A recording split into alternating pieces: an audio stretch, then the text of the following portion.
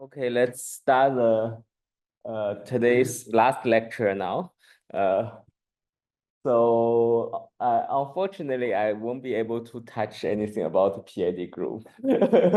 But so I want to show that basically there's some kind of geometric of moment maps and etc. things are quite related to theta.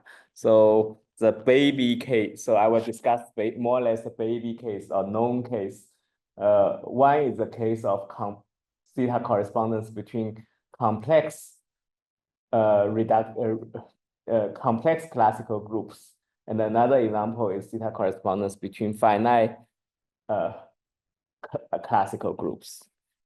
So recall that last time we have mentioned how do you parameterize the representation for complex reductive group. Basically, what you do is you take the Gadang of the reductive complex reductive group, and the Gadang will be product of complex toruses. So product of C cross, and the irreducible representation of C cross is parameterized by a pair of data, mu and nu, basically. Where mu is a tuple. Okay, so maybe I should write mu. Where mu is a tuple of integer of length n is the rank of the group. Nu is a collection of complex numbers. So basically mu will be corresponded to multiply the angular part of the complex number C, and the C is the power of the modulus part of C. Okay, so then this data mu and nu will give you a character of the Borel of the torus, then give the character of Borel. Okay, so then you can define standard module as induced module of this character. Okay, so among this, so this representation is in generally not irreducible. Okay, so but it will this module from the Frobenius reciprocity, actually it's very easy to see that this representation is okay. So basically the reason is that as K representation, K which is the maximal compact subgroup inside G, as K module, it is isomorphic to induce from K of T of the character nu, basically. Character defined by nu. So the weight is nu at T part. So then from the branching law, you know that any representation. So this is basically the summation of all sigma inside K hat, such that with a multiplicity of the mu as a weight, T weight occur in the irreducible representation K. So all this kind of representation will occur. So from this branching law, you know that so you will have K type has extreme weight mu and occur in this representation and with multiplicity 1. And then you take the standard this X bar mu nu to be the unique irreducible subquotient of X mu nu, which contains this K type F mu. Okay, so this is okay.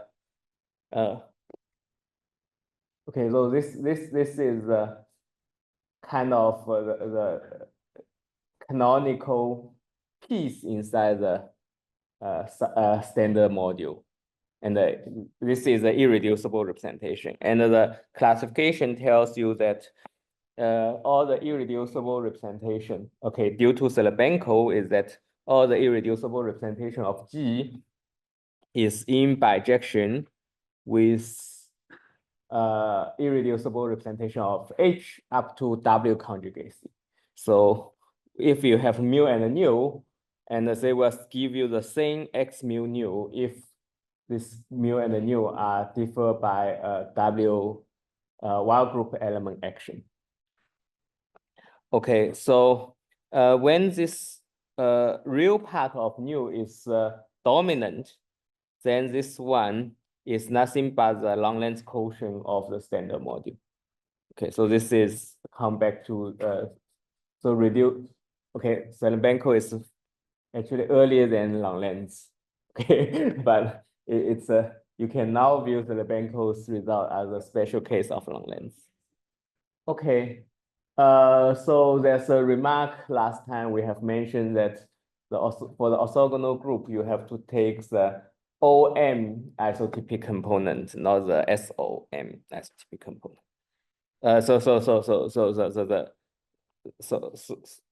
Basically you should take the induced to the full orthogonal group, and then this mu, you should view it as the irreducible representation of orthogonal group instead of the weight. Okay, so then we have mentioned last time that you actually will have infinitesimal character for irreducible representation of real reductive group, and in the complex group case, you have to do the complexification of the complex Lie algebra. Then it will be isomorphic to two copies of G. So here, and then right. So the center, the central character of the universal enveloping algebra can be identified with the set of W orbit of the dual of the Cartan subgroup, sub Lie algebra. Okay, so in our case, if you have a mu and a mu, the infinitesimal character will just be half of mu plus nu and half mu minus nu. Okay, so in many cases, actually, in good cases, only the minimal k-type and the infinitesimal character will determine the representation. For example, if the representation is discrete series, but or AQ lambda somehow, but in general, this is not true. So even for GLN C already has GL3C, you already have the example. Okay, but for GL2C, it is correct. So the first example is GL3C. Okay, so then we have mentioned that there's a correspondence of infinitesimal character for a dual pair. Basically, if you have G and H inside the SPW, then we can realize the action of the universal enveloping algebra as subalgebra of the Weyl algebra on certain polynomial ring. Okay, and so you can arrange that the compact subgroup action, maximal compact subgroup action inside the G and H act on this space is by a degree preserving action, actually. Okay, so this is a precise action, you can see, and then the point is that the Weyl representation, you can think it acts on as the polynomial coefficient differential operators. Okay, and then moreover, this is actually a result of how remarks. I think, is it remarks? Maybe transcending. I think remarks.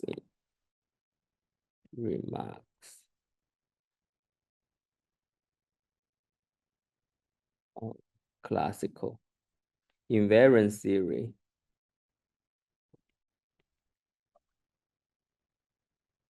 That the image under the so if you have a dual pair G and G prime, then the image under the Weyl representation of the universal enveloping algebra of GC is nothing but the G prime C invariant polynomial differential operators.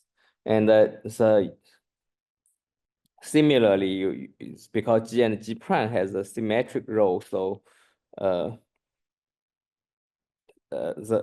image of UG prime C on the omega is this one. Okay, so last time I have show you that this observation already tells you that you actually will have a correspondence between the spectrum of the center of, okay, so you will have a correspondence in this way. This is because the image of the action of the center of universal enveloping algebra of G and the image of G prime under the wave representation action is the same. Okay, are the same. So therefore, so right, last time I mentioned that this is the picture. You have PD G prime C cross GC, and you have this direction of map UG say GC and say G prime C. Okay, so you have this direction of map, and so then you at the spectral side you just reverse the arrow, so you will get this one. Okay, and furthermore, you actually know that when rank of G is less than rank of G prime, this is actually an isomorphism. So you will get a map like this. Right. Am I right? Or maybe I should have a reverse direction map from this to here. Okay, then you take the spectrum, then you reverse all the arrows. You actually see the spec of say GC will embed into spec of say G prime C. Okay, so then say GC and say G prime C are classified by a bunch of numbers. So this is totally algebraic. It's independent of dual pair actually. So you only need to work out the compact dual pair to determine this kind of maps between the specs. And notice that actually the infinitesimal character of finite dimensional representations for the compact group is already like Zariski dense inside the spectrum. So right, so you get this formula on the correspondence of infinitesimal character. Basically, the infinitesimal character correspondence is just you copy the original infinitesimal character and add the row of the difference of the rank of these two groups. So where this lambda tilde is nothing but the row of the difference of the rank. Okay, so this is a formula due to Pritzbinder, and furthermore, there's a important ingredient in the theory that you have a correspondence of minimal degree K type. It basically says that you consider, so this CX is a Hessian so-called a Fock model.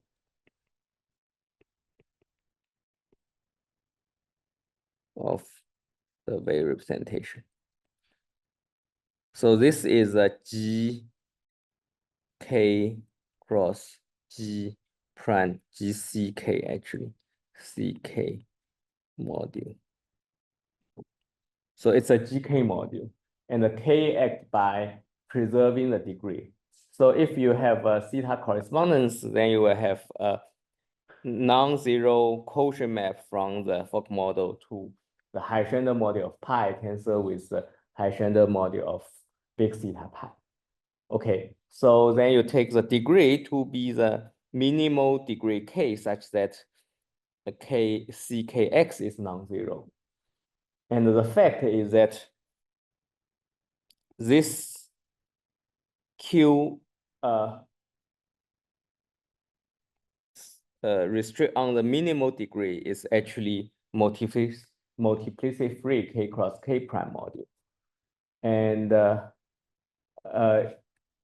so if tau and tau prime occur in this space, then tau prime is completely determined by tau. Okay, so this is the point. So you can write a correspondence between tau and tau prime. So the explicit correspondence has been worked out. Basically, it's again a seesaw pair kind of argument. So here, maybe I just draw the seesaw pair, and so this is you have G and G prime, and you have K. So you have a Hermitian symmetric type of space, and then you will have sorry, I should draw in this way, G and G prime. It's like this, K and M, and K prime and M. Okay, so here I call M prime. This is the setting. So right, you have a tau and tau prime here. Okay, basically, so from tau, you will know there will be a lowest weight module corresponding to tau. And so among the K type in there, there will be a lowest degree one, which is a tau prime for the K prime. So this is basically how you get the correspondence. But anyway, so the highest weight of the correspondence has been worked out. For example, if for the complex group case, the maximum complex subgroup of GLM is UM, and the maximum complex subgroup of GLNC is UN. So the irreducible representation of UM and UM are classified by a chain of integers, decreasing integers. So these are the weights of the highest weight of the representation. Okay, so then you basically group all the highest weight which are positive and all the highest weight which are negative. And then the correspondence is just by copying the negative one, and you just basically flip you can think it's like you flip the vector, and by adding minus, okay, to the vector. Basically, you move this part and add minus, and move this part to the back. Okay, so basically you can think you have an element which is called W. Right, how do I explain? So basically this is very simple. You just copy BL, the last one, you move it into the first one and add minus sign. Okay, so this BL must be a negative number, add minus sign is a positive number. Okay, so this is a correspondence.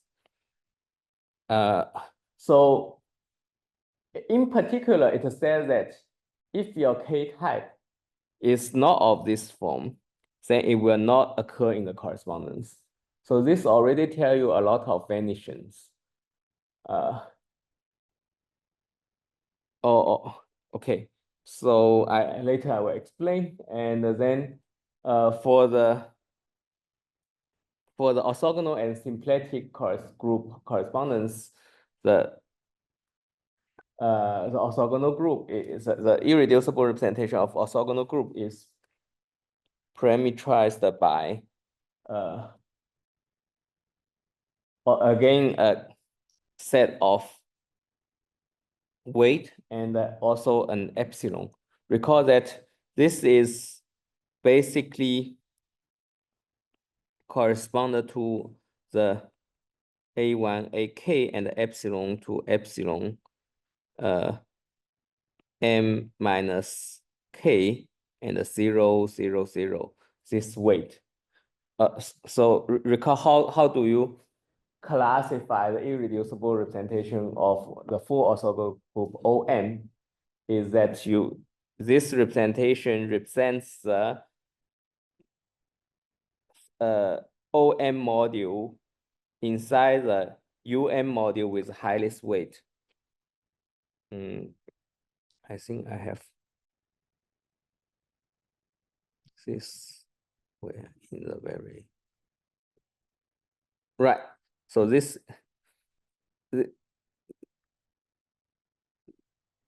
is classified here. So this representation is just the sum module generated by the highest weight vector inside the UM module with the weight of this one. Okay, so again, my message is that so this correspondence, although it's for orthogonal group and symplectic group, actually it's a consequence of the correspondence between unitary group and unitary this GLN type A case. Okay, so this is nothing but the representation generated by the highest weight with this weight. So then you just copy this weight to here. Okay, so right, this is the correspondence of K-type. And as I mentioned that for many cases, the K-type plus infinitesimal character will give you the correspondence. And for other cases, you need to use something called the induction principle.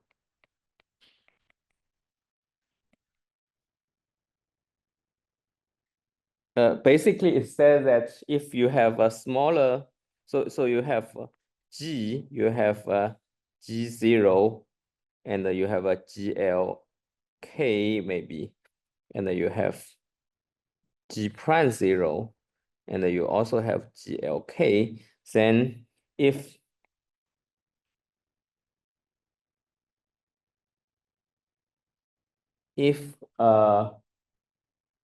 I think pi is a sub-representation inside induce of G0 cross GLK to the G of sigma tensor some kind of I think you need some twist. Then it implies that big theta pi will be, you have a map quotient to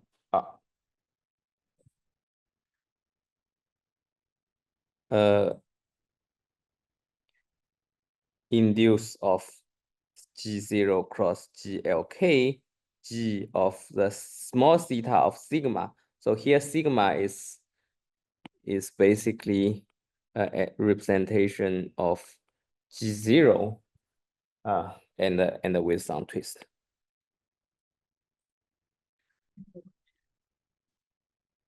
Yeah, I think so. And it's not a suggestion, it's just a map and a non-zero map. But so the question is like, how do we understand this induced representation? Okay. So but for the complex group case, everything is manageable. So you get a very general. It's a small theta. So from this information, you can determine small theta.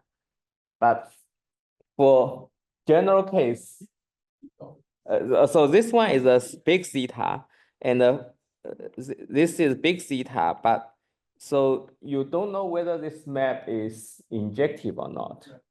So if it's injective, you have a full information of big theta, but in general, you don't have. And only one case you know it is injective is basically, except the trivial case that's, for example, the induced is, the induced itself is irreducible. Wait. It's not clear whether it's injective or not. Okay, so the trivial case is that big theta equal to small theta case. Then you know it's injective. Except this case, There's another case, you know, it's injective, is that when pi is a trivial representation. So then it's a relation for the degenerate principal series. It's a very special case. And the G prime zero must be a trivial group also. Then you have an embed into the degenerate principal series. I don't think you have very general result for this direction. Okay, so but for the complex group case, this method is enough to determine the correspondence very general. And for the real group case, so this method is for real classical group. So good for equal rank or almost equal rank. I mean basic for the case that the rank of G minus rank of G prime is less than or equal to 1 case. Okay, so it's almost impossible to extend to the general case, except the case one of the group is very small. For example, O3, O4, and another group can be arbitrary, this kind of. So I would like to discuss this type 2 case. You have a simple version. It's kind of an induction principle that, okay, so it says that if the rank of M and M are the same, and the chi is any character, any representation of Gm, then the small theta in the equal rank case is nothing but the dual representation of chi. Dual representation. So this character is actually a representation, irreducible representation. Then the small theta is nothing but the dual. Okay, and okay, for M is less than or equal to N, then the small theta of chi is the lowest K-type subquotient of this one. I think this is a character which trivial character, right? Character of GL M minus M. Okay, right. So that and similarly you have this one. So this one is basically the case you can use lowest K type and infinitesimal character to determine the representation. And then this one is a general case that's saying if pi 1 is an irreducible representation, pi 1 occur in the correspondence, and then this one is a unique lowest weight, lowest K-type quotient of induced PGL n pi 1 star tensor 1. So then you can make this more explicit by explicit knowledge of what is the lowest K-type quotient. So in this case, a representation pi 1 is this given by L mu1, mu2. It is, so mu1 is just a bunch of integers, decreasing integers. And so A1 to AK are positive, and the B1 to BL is negative. Okay, and V1 is C1 to CM.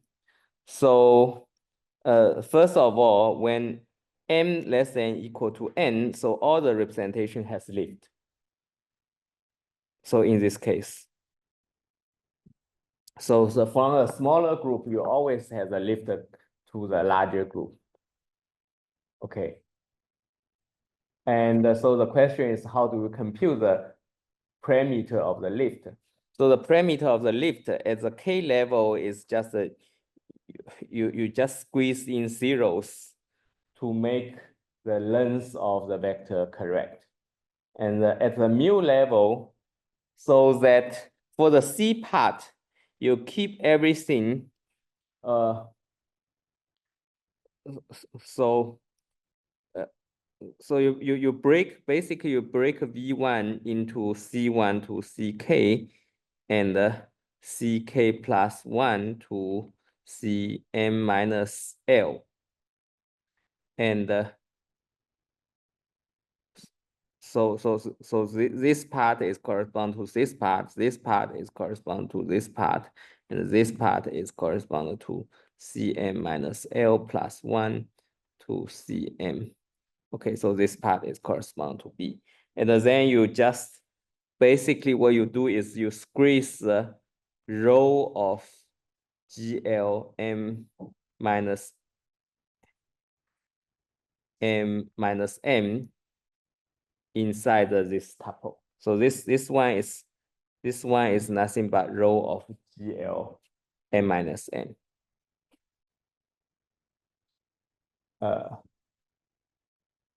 Actually 2 row, right? It's 2 row of this number. Okay, so this is right. This is explicit correspondence in terms of parameter. So come to the combinatorics, I'm actually wrote a program, but I didn't match it. I did it yesterday because I tried to understand the content of the yeah, it's a Python code. So right, basically it's a very short Python code. It's only like this. So basically, for example, if you have mu1 like this, nu1 like this, and so your target is GL8, then it will produce the representation with this parameter. So this C can be any number like this, and right, and you can do a lot of other things. For example, you can have the trivial representation, and the Atlas use totally different parameterization for even for the representation of complex group. Sure. It use KGB, right? KGB for this case for the complex group. KGB can be quite complicated.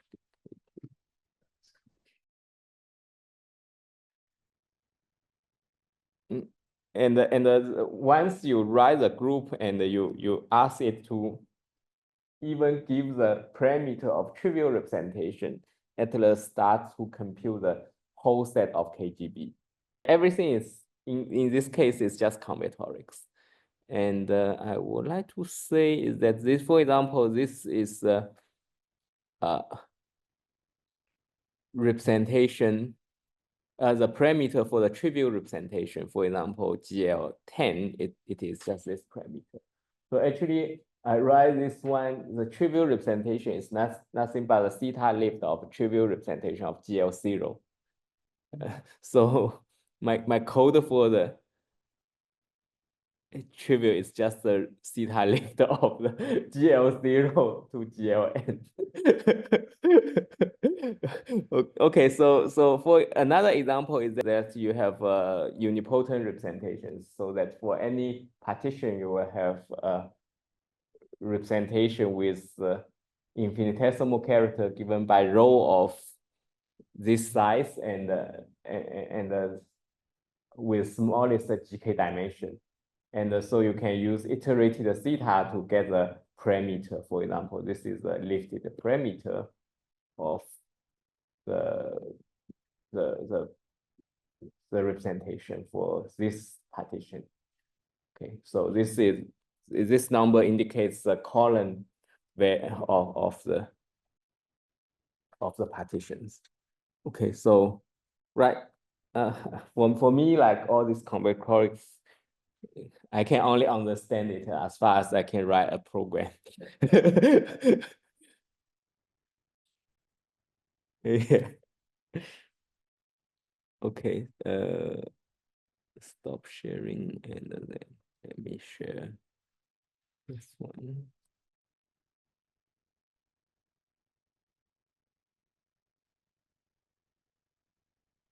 Okay, there's even more interesting thing. Okay, so these theories are in the 80s or early 90s, but then so for quite a long time, no one actually really looked at type 2 dual pair, and one of Bin Yongsen's students called Xue Huajian have did something for the GLN GL1 case. Okay. So in this case, basically you are asking, so the paper name is called Homogeneous Distribution on Finite Dimensional Vector Space, because in this case, the wave representation is nothing but the Schwartz function on the vector space V of dimension n. V is dimension of V is equal to n. And then you have GLNC act on it. And then you have GL1, which is the center of GLNC act on the space. So give you any irreducible representation chi of GL1C. The question is that when what is big theta chi? Okay, so the classical result in the Tate thesis is that you consider the Schwartz function on F, where F is your base field.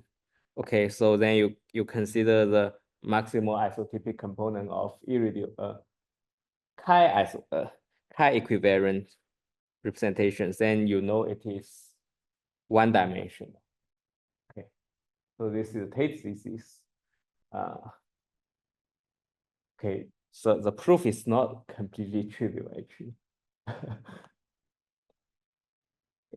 And I think it's quite surprised to me that when n is bigger than or equal to 1, this big theta pi chi is no longer finite dimensional. It's always infinite dimensional.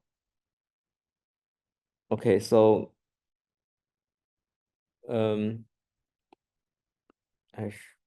maybe I should write something. So how do you think about it?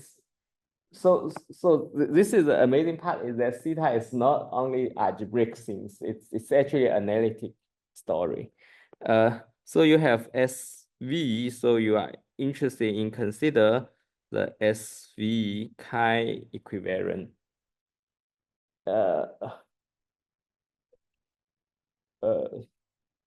Maximal quotients, but you have another way, is that you can dualizing everything. You can think the distributions on this space. And so that therefore the dual of the chi isotypic quotient becomes a chi equivalent distributions. Yeah, this is always tempered distribution, but so these two are due to each other. But to prove it's tempered, it's actually, you need some homogeneity. So to show that all the distributions, chi equivalent distributions, is actually tempered. Okay, so what is the point? So you consider these distributions. So we want to show this is infinite dimension. So it's suffice to show that chi equivalent distribution has infinite dimension. Okay, how do you show this one? Is that you just take arbitrary line inside the space V, and you take so suppose you have a Schwartz function, you can take the integration against this chi. Okay, as far as you take the integration against this chi, it will give you a chi equivalent distribution. So this is actually Xue proved that this is spanned as integration along this line of this fx dx. I think chi equivalent, so it's like chi bar. Okay, so I read the proof, but I still not quite got it. So it's a very short paper, but yeah, I'm not expert in the analysis. Okay, so right. This is the first thing. The second thing is that you can precisely compute the big theta chi. For the I will state the theorem for the complex group case. So in this case, you should consider the set called C. This is nothing but the character of Z to the power of R and Z bar to the power of S, where R and S rounding over all natural numbers. So you consider C plus N, which depends on the rank of GLN, okay, to be the modulus power n divided by 2. You always need this kind of normalization. And the C minus n to be chi inverse of all the character in this set. So in particular, Cn and the C minus n, this is empty set. Okay. Yeah, because n is, we always assume n is bigger than 1. So then you always have a chi equivalent Schwarz function, which you can consider Schwarz function which are vanished at 0 with infinite order. This is v divided by 0, and you take the maximal chi equivalent quotient, then you will have S chi map to embed into. Actually, you have a map to S chi v. So yeah, parabolic is something like this. I think GL1 cross GLN minus 1. Yeah. Okay. So then if X is not inside this kind of critical places, then J chi is just an isomorphism. Okay, so which means that actually the representation, the induced representation in this case, J chi is irreducible, and this both sides are the same. Okay, if chi is inside this set, then J chi is again an isomorphism, and this map is always an isomorph, but S chi v0 is not necessarily same as the, so when C plus is, yeah, for this kind of character, it's always vanish at 0. Second part C is different. Oh, part C, oh, you have part C, or C minus. C minus part. So there's a C plus part, and you have C minus part. So this is nothing but chi is in C minus. Okay. Okay, so we have to also discuss the shape of this guy. So it will have a finite dimensional quotient, which given by the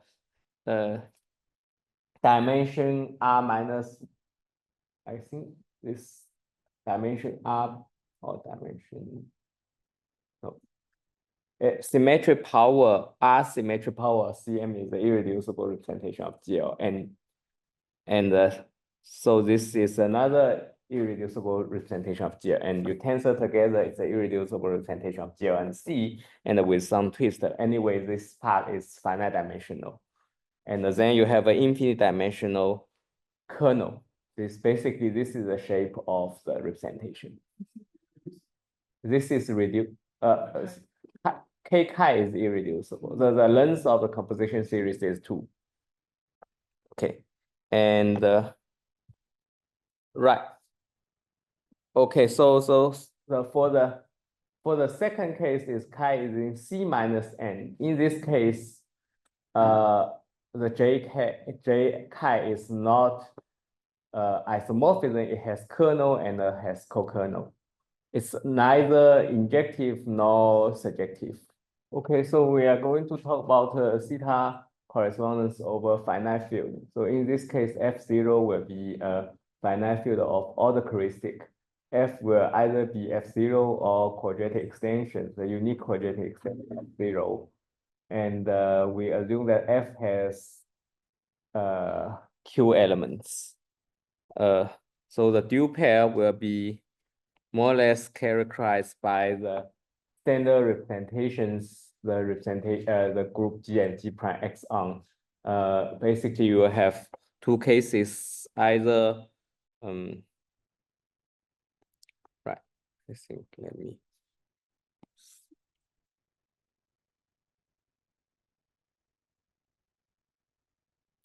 So either you have two cases, either UV prime is a pair of unitary group UMFQ, or UV prime is this collection is like pair of orthogonal group. So it's OMFQ and SP2NFQ. Okay, so these are two cases. And just as what we have did for the previous several lectures, that we spent a lot of time talking about the splittings. So here we also need to fix the splitting, so that make everything looks good. So for the finite field case, these dual pairs will be inside a big SPW. Okay, so then for this SPW, Gerardin has defined a representation of literally this group on the using Schrodinger model actually. So you can this UV cross UV prime will be naturally embedded into a symplectic group. So this is nothing but this W, SPW, where W is as a vector space is just a V tensor FV prime. Okay, so you can pull back the wave representation of SPW to the product group, but this one is not good for the theta correspondence, so and the morphism of S. So the good one is that you have to twist it by some quadratic character. So the quadratic character is given by these formulas. If F is equal to F0, then it's a determinant of to the power of half to the power of Q minus 1. So Q, notice that Q is an odd number. Q odd. Q is odd. So Q minus 1 is okay. Okay. So this is a unique quadratic character of F cross, basically. And then so when F is not equal to F0, then it's a power of Q to the power half plus 1. So anyway, so you have to do this kind of twisting, then makes something like conservation relations work. So so this one is again, so the point is that V and V prime is twisted version of the wave representation. Okay, so before we go into talk about zeta, it always like we have to talk about the representation theory of the group. So it's especially how we classify the representation. So for simplicity, we will assume that G is connected. Then there's something called Higher-Schendel theory, which tells you that if you have a parabolic subgroup inside G and you take a fixed levy, and you will have parabolic induction, which make a representation of levy subgroup into the from the representation of Levy subgroup to build using induction to build a representation of G. Okay, so but there's some representation you can never achieve by induction. So this is basically the set of cuspidal representations. These are cannot be occur as sub-representation of induced representation. Okay, so but anyway, for each representation, you will have a well-defined map called cuspidal support. It will send the irreducible representation to a pair. The first guy is a Levy subgroup, and the second guy is a cuspidal representation of the Levy subgroup. And so this map satisfies the condition that if pi, so if the cuspidal support of pi is equal to L and sigma, then pi is contained in the induce of P G sigma. Okay, here we use a fact that because it's a finite dimensional representation and it's a representation of a complex number, so induced representation is actually semi-simple. This is in general not true. If, for example, you are dealing with periodic group of or real group, then induced representation is not semi-simple anymore. And if you are considering mod L representation, then induced representation is not semi-simple anymore in general.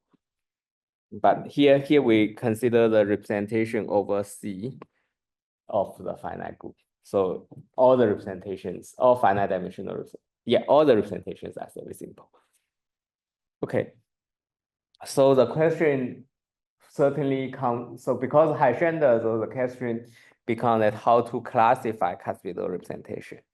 And another question is how to describe the induced, the factors of the induced representation. Okay. So for the first question, it was addressed by Berlin-Lussig theory. And actually it did further, did much more than this classify cuspidal representation. So to state the theorem, we need to introduce the dual group of G. So the dual group of G, because G is a connected reductive group. So G is corresponded to, actually it's completely determined by the root datum, which is a quadruple X R X check R check. So where X and X check has the perfect pairing to Z, X check is paired with Z, and R and R check are root and co-root inside the corresponding to this group. And then you can dualizing everything, so you have a quadruple like this. And so this will correspond to another finite group of D type called G star. By the way, I think I didn't mention the rational form. So for the rational form, you will have for additional Galois action on the root data. So then this Galois action will also act on the lower root data Frobenius action, basically. So you have Frobenius action on the lower one, so that actually G star is not only an algebraic group, it's not an abstract, so it's not only a group, it actually has a rational form given by the Frobenius action. Okay, so then you can talk about this G, so this is called a dual group of G. So it's quite abstract, but there's a simple table that for SP2 and FQ, the due is SO2n plus 1. 2n plus 1 FQ. To make the theory work, so you will have O2n FQ. So this one, so O2n will have two rational forms. One is split form. I use plus, another is non-split form. So I use minus. Basically, the due is corresponds to O plus minus to an FQ. So plus map to plus, minus map to minus. Okay, so then, so what Deligne-Lucid and Lucid tells you is that for any element S in the a semi-simple element in the G star. So I extend a little bit, so I should say that component of G star. So you take, so there will be a collection of representation depends on S, such that this collection of representation is defined as all the irreducible representations of G, such that its pairing with RTS is not zero. So this RTS is something called the Deligne-Lucid character.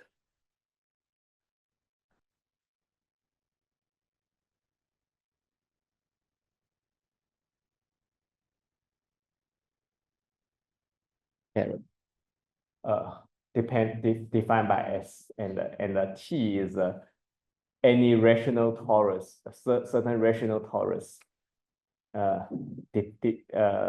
T can change. Okay, so there exists a T basically such that this pairing is non-zero. So this is a collection of representations. And in particular, when S is the identity element, so this epsilon E G1 is something called unipotent representations. So this representation will occur as the core module of the Deligne-Lucid variety. So the classification theory due to Lucid is that you actually have a bijection between GS and the unipotent representation. Notice that S is the element in the center, a semi-simple element in G star. So you can start to talk about the centralizer of S in G star. So this is a reductive group.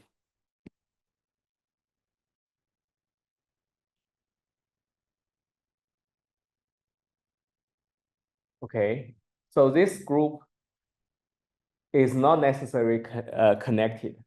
So that's also responsible for this Lucid map is actually not unique in general. But anyway, it will give you a 1-1 correspondence. There exists a bijection between these two sets and satisfy certain character formula, character identity. And it will map cuspidal to cuspidal unipotent in G star S. Okay, so therefore it gives you a classification of cuspidal, because you see that in this case, cuspidal is classified by S and a unipotent cuspidal representation. So unipotent cuspidal representation is very rare. For example, for the unitary group, example is that, so only Q half of N minus 1, N. So this is a triangle number, has, okay, so, and the unitary group, actually you will have two forms. I think you, no. Unitary group, you only have one unitary group. Right. So only for this group has a has unipotent representation. And so number of you have actually only one unipotent. So only hospital. so only for each triangular number, you will have a unipotent representation of U, unitary group. Okay, so this so therefore it's very clear. So this side is very simple, and I think this map can be viewed as a finite field analog of the endoscopy. Okay, right. The theorem of Lucid is that the set of irreducible representation actually can be partitioned into disjoint union of epsilon GS. And each epsilon GS from the High-Shander theory actually is like disjoint union of Caspidal, so High-Shander series. So I think I haven't defined what is High-Shander series. High-Shander series is just the okay, so High-Shander series of L sigma. So this is Caspidal support map. It's just a Caspidal support inverse of the L sigma. Okay. So it's everything which has the same Caspidal support will be saying that they are in the same High-Shander series. Okay, so we have a decomposition of the representation, and okay, so by Srinivasan, AMI and Pan actually it's a consequence of Srinivasan that you have a correspondence between the semi-simple semi-simple conjugacy class in G star and the semi-simple conjugacy class in G prime star. So it's very similar to the correspondence of infinitesimal character actually. So if the rank of G is less than or equal to rank of G prime, then this is just an injection. So the map is very simple to describe. So for the type 2 case, G and G prime are just general linear groups. Then the semi-simple classes, conjugacy classes are classified by degree n polynomials, right? It's just a characteristic polynomial of this element. And so degree n polynomials can be made into degree n polynomials just by adding, multiply x to the power, the indeterminant to the power of n minus n. So this is basically, if in the matrix term, so you have, so this one will give you a semi-simple element conjugacy class in G prime. So in terms of the matrix, it is that S is mapped to S and so I think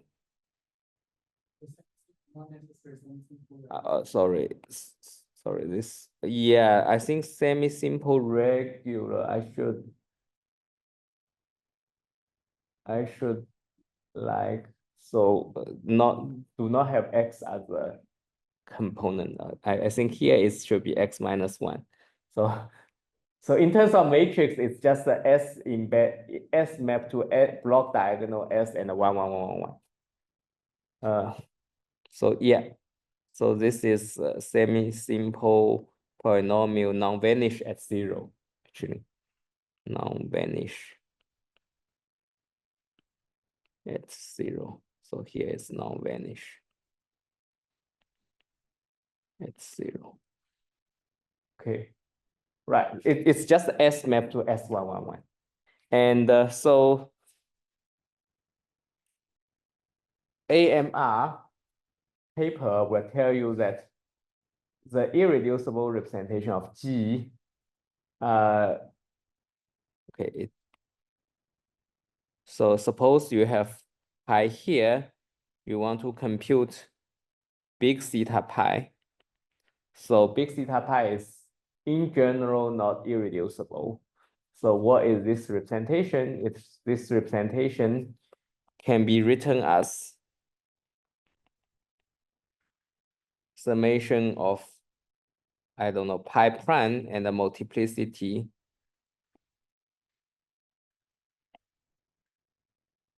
pi prime.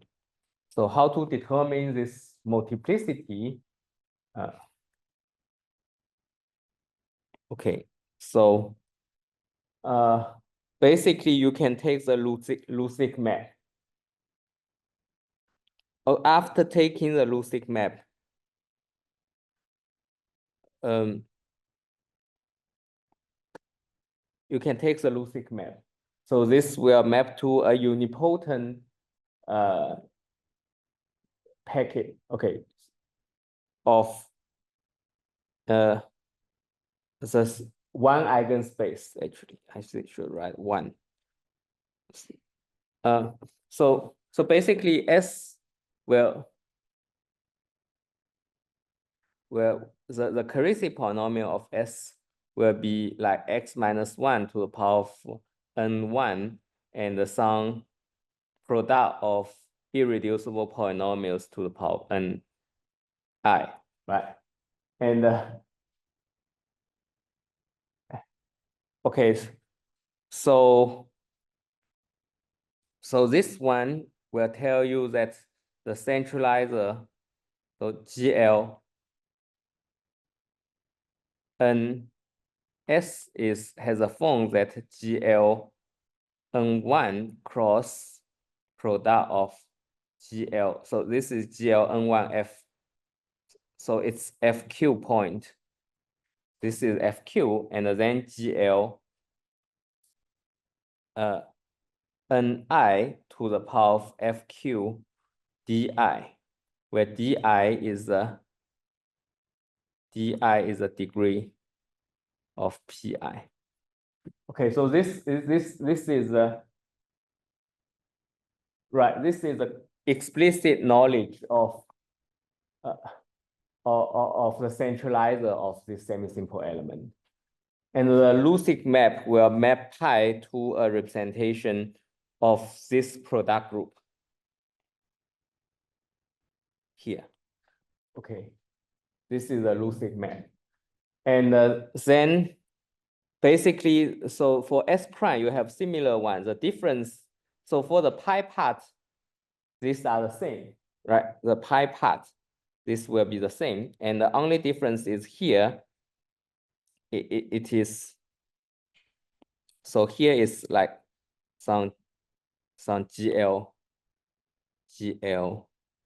and ones of FQ. So here will be basically GLN1 plus the difference n minus n of FQ. And then you consider the unipotent part. Okay, so basically apart from the eigenvalue one part, the two groups here are identical. So the map is just the identity, basically.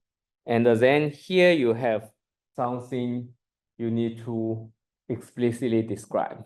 So this multiplicity, so basically, so the claim is that Wang's claim is that this multiplicity of pi prime is equal to, so for theta is multiplicity of GGP of the Lusic map of pi and the Lusic map of pi prime, right?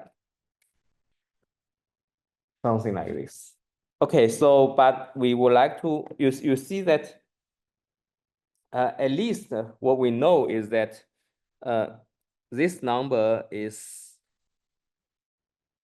so after Lucid map you have pi here, and so it will map to pi 1 cross tensor with something else. Here you have pi prime 1 tensor with something else. Okay, then the AMR say that this one is equal to multiplicity of Lucid inverse of pi 1, Lucid inverse of pi 2. Okay, so Lucid map for on the unipotent part is not identity map basically. For GLN, the Lucid so the representation of GLN is classified by the partitions. Okay, unipotent representation.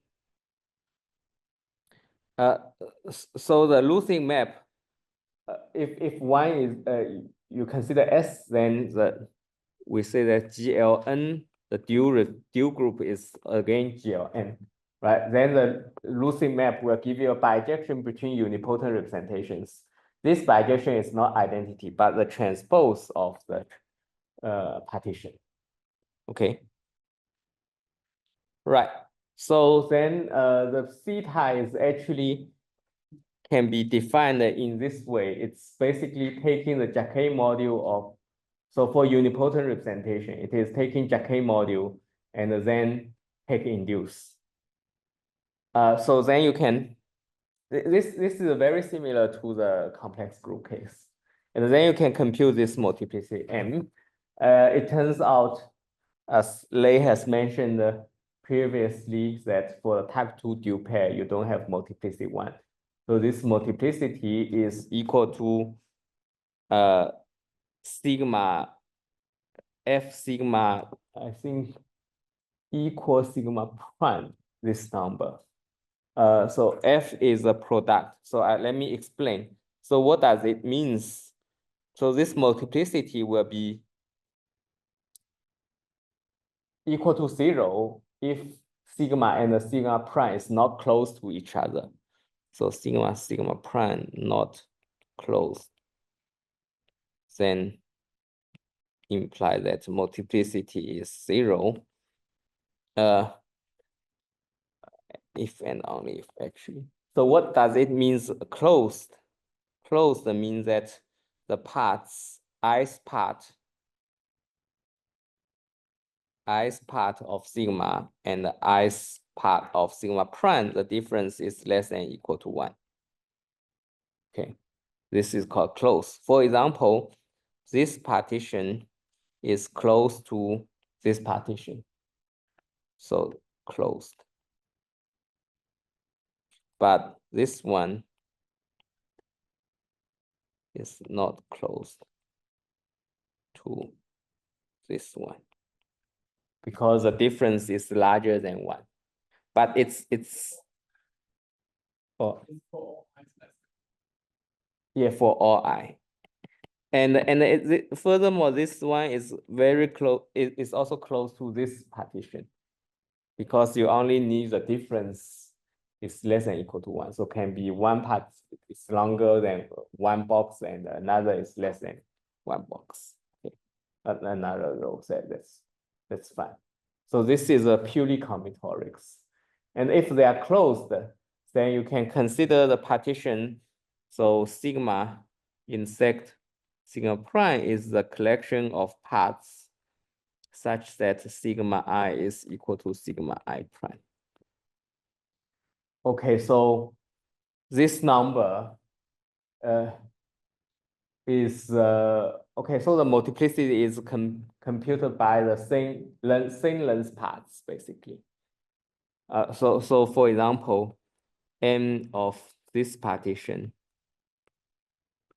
in this case is equal to 2 because this partition is equal to this one. Yes, equal rank GL2 lift to GL2 unipotent. Then this one is this one, and so it implies that F is equal to 2 actually. So it's the multiplicity of columns, same length of rows. So it's 2. So it's not multiplicity free for GLN, but yeah, in theta corresponds for type 2 dual pair. But for type 1 dual pair, it is still okay. So for unitary group, it's still multiplicity 1. So it's quite amazing that this multiplicity is given by alternating sum of Jacquet functor and induced functor. Right. So it's like summation sum induced and the Jacquet. Okay. So for GL, it is you have a sign which is plus, and for unitary group, so it's a summation minus 1 to the power kj, something like ikjk, something like this, and then because it's an alternating sum, then it end up that the multiplicity will be multiplicity free. So for other cases, so the message is that for type 1 dual pair,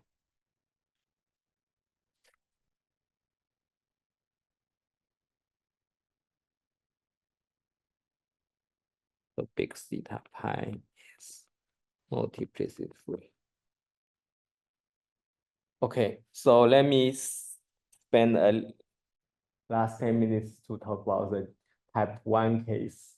So the typical type 1 case is OV and the SPW, and the OV is even dimension. So in this case, the Lustig map will map to so again, the eigenvalues like, okay, so the dual is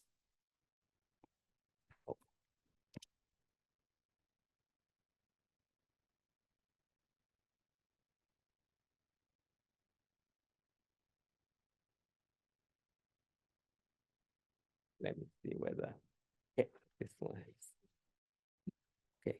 So again, the correspondence of semi-simple element is like for OV, the dual is again OV. Okay, O plus minus star is like O plus minus. Let me write OM. O plus minus M is same as O plus minus M. Okay, so then but SP 2n, the dual is equal to SO 2n plus 1. So if M is less than equal to n, then what you can do is you can send S to, so S is inside here to the matrix S determinant of S. I think you put 1, 1, 1, 1, 1, and the last one you take determinant of S. Right? No, I think. Okay. Sorry, this S should be taken in the kinetic component. So you have SO plus minus 1, and S is inside here. So what you do is you just take S and you put 1, 1, 1, 1 here. Okay. So then the centralizer of S will have a form like O on the 0 eigenspace, 1 eigenspace, and O on the minus 1 eigenspace, and O on the other eigenspaces. Other eigenspaces will be unitary groups.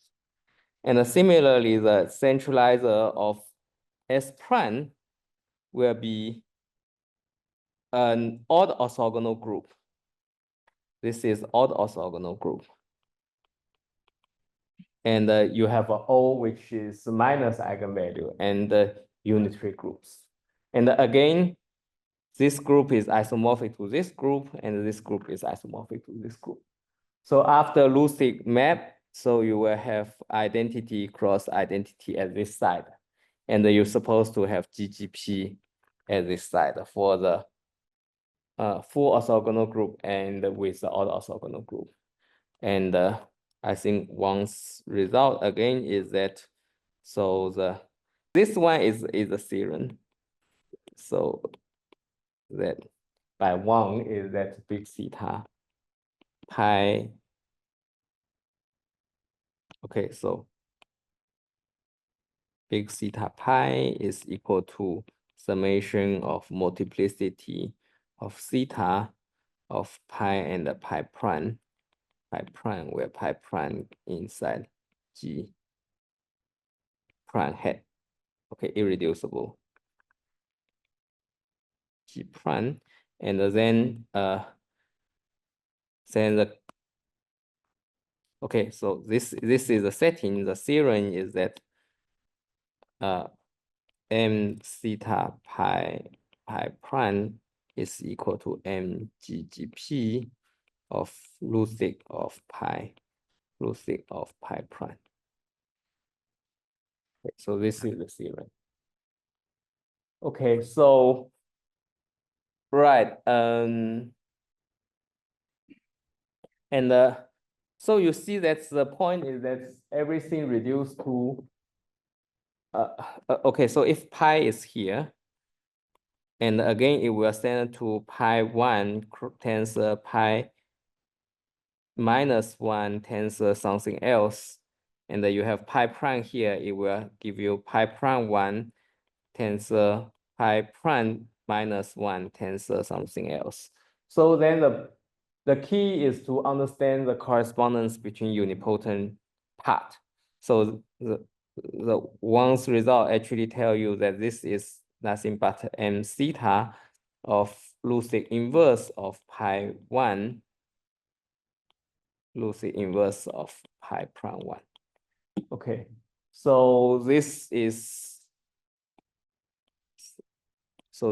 computed. So first, so unitary group